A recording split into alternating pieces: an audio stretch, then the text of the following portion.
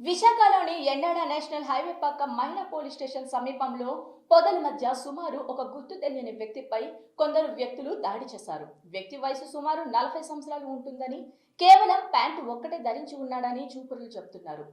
వ్యక్తి గొంతుకులో పగలగొట్టిన వైన్ సీసా ఇరుక్కుపోయి మహిళా స్టేషన్ వైపు పరుగులు తీసి స్టేషన్ రోడ్డుపై స్పృహ కోల్పోయాడని పక్కన ఉన్న షాప్ యజమానురాలు చెబుతున్నారు.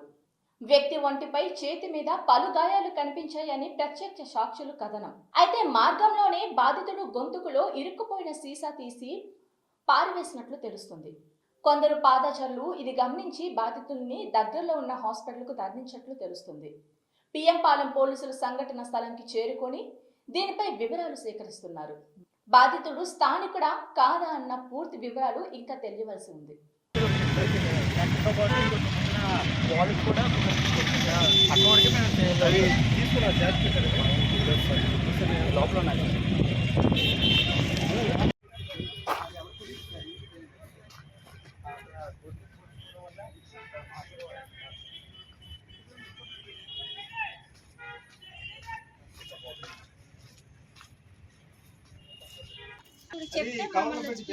మాకు పోలీస్ స్టేషన్ దగ్గర అల్లరి అయితే వినిపిస్తుంది. గోడ దగ్గరకు వచ్చి చూస్తాం ఏమవుతుందని. అలాంటిది మా ఇంటి ముందు